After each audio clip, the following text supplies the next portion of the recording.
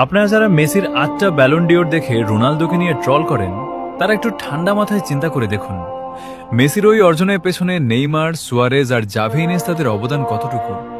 ধরতে গেলে তো ওটা একটা মেশিনের মতো সেট করা টিমের সাফল্য।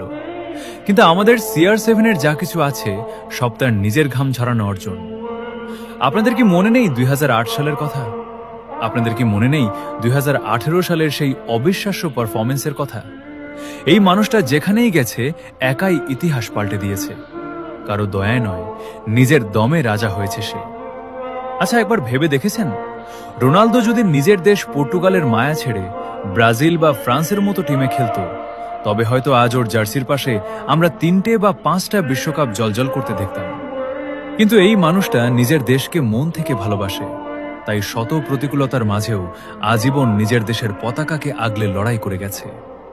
মনে রাখবেন, ট্রফি গুনে খেলোয়াড় চেনা যায় না, কলিজা দেখে রাজা চেনা যায়।